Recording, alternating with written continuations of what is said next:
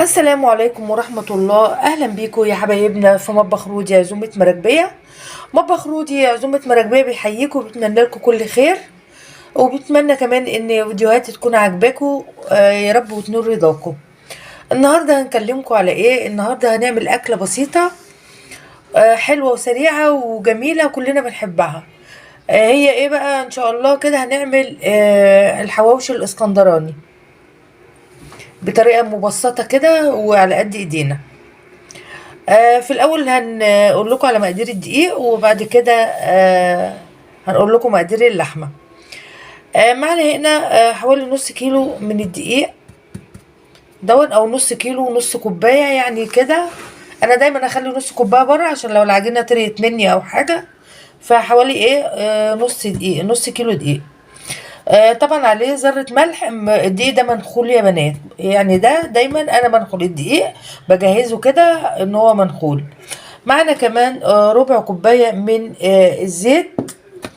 معنا باكت من الخميرة. معنا هنا معلقتين من اللبن البودر. وطبعا هنحط رشة سكر مع ذرة الملح، وبنعجن بمية دافية. دايما نعجن بمية دافية. كده خلصنا المقادير بتاعت العجين بتاعنا. هنشوف بقى هنا مقادير اللحمة بتاعتنا. الكمية طبعا اللي انت عايزاها او اللي انت محتاجاها ممكن تحطيها. انا بالنسبة لنا ده كيلو الا ربع من اللحمة. معنا هنا بصلتين هنا انا بشراهم وعصرة منهم المية، محضراهم. معانا اربع حبات من الفلفل، اتنين حاميين واتنين رومي مقطعهم تقطيع صغير قوي. معانا هنا بقى التوابل اللي هتخلي حاجتنا جميلة كده. نقول لكم بقى هي ايه، عبارة عن ايه. معلقة من الملح صغيرة، كله معلقة صغيرة اللي بتكلم عليه دوت. فلفل اسمر، توم باودر، 7 بهارات، كمون. هنا ايه دي؟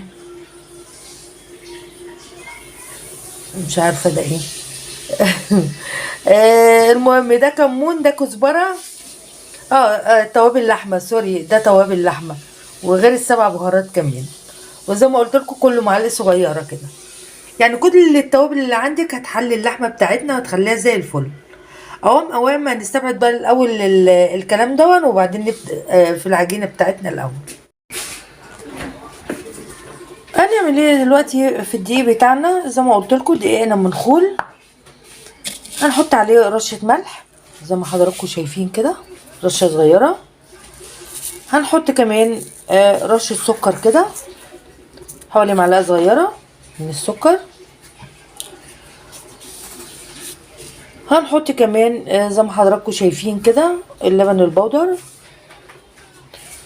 ولو عندكم لبن ممكن تعجنوا بيه، هيبقى احلى يعني بدل المية.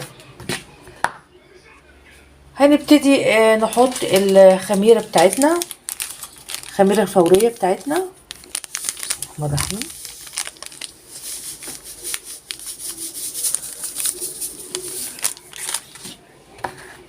حطينا كده كل المكونات الجافة، نقعد نقلبها شوية كده علشان تندمج مع بعضيها. زي ما حضراتكم شايفين كده هنبتدي نحط ربع الكوباية من الزيت،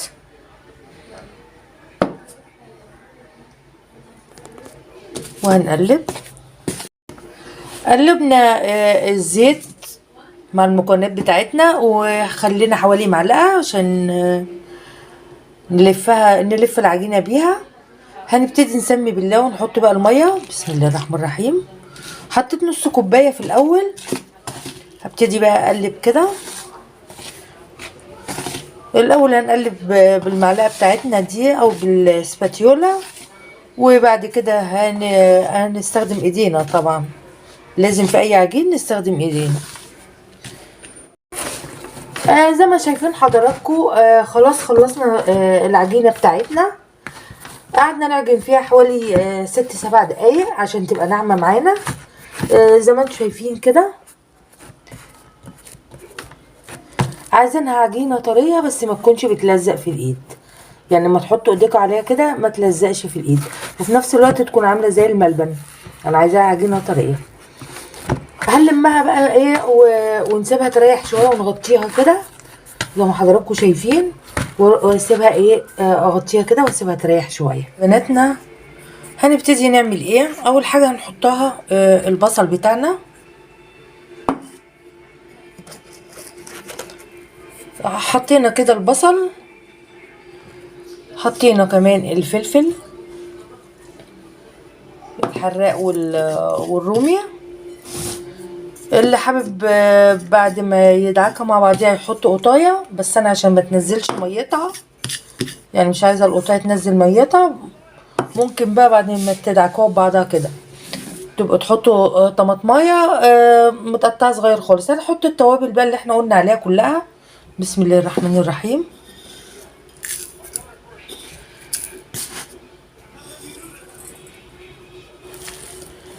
وندعكها كلها كده ايه في قلب بعضيها، نمسك كده وندعكها كلها كده في قلب بعضيها، ندخلها في قلب بعضيها.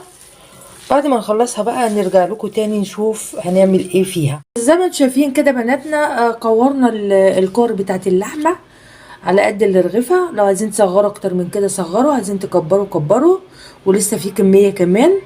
هستبعدها بقى، انا يا دوبك حضرتها. هستبعدها بقى واخش على العجينه بتاعتنا كده. بسم الله الرحمن الرحيم. ابتدت تخمر، بس انا يا دوبك ريحتها. بسم الله الرحمن الرحيم. هبتدي بقى اخد كده بسم الله. شوفوا عايزين ايه، نحط رغيف قد ايه بالظبط. نقطع كده ونكور حلو كده.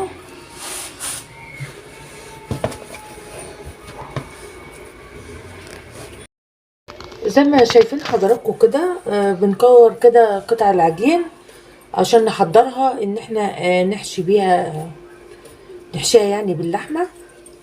ونحاول نخلي الرغيفه كلها قد بعض. انا بحاول اخليهم قد بعضيهم، وبين كل مرحله ومرحله نغطيهم علشان يعني ما يعملوش قشره كده من فوق، ما يعملوش طبقه كده تضايقنا زي ما حضراتكم شايفين كده. هنخلص بقى كده المرحله دي وارجع لكم تاني نشوف هنعمل ايه. خدنا يا بنات جزء من العجينه كده، بنحاول نضغط عليها كده.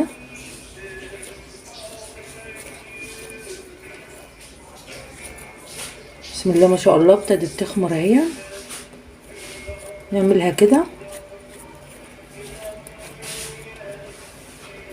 ونجيب قطعة لحمة ونقفل.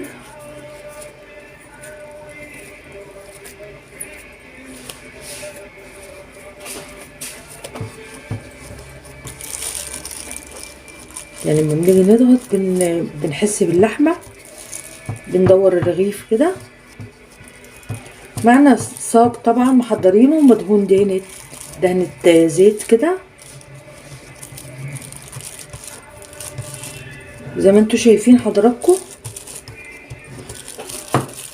بنخلي الرغيف كده، اللي حابب يحط عليه سمسم يحط، واللي حابب يسيبه كده براحته.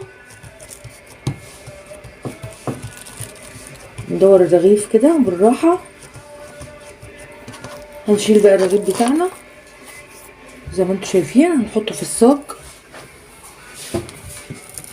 طبعا زي ما قلت لكم دهنينه دهنة زيت.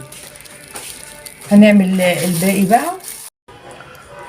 خلاص يا بناتنا كده خلصنا الكمية اللي معانا. رشيت فوق الوش كده شوية سمسم زي ما حضراتكم شايفين. يعني ده اختياري للي عايز، واللي مش عايز خلاص. يعني ده اختياري، يعني حاجة احنا حاطينها للتجميل كده بس. هنسيبه بقى لمدة حوالي نص ساعة يخمر، وبعد كده هندخله الفرن.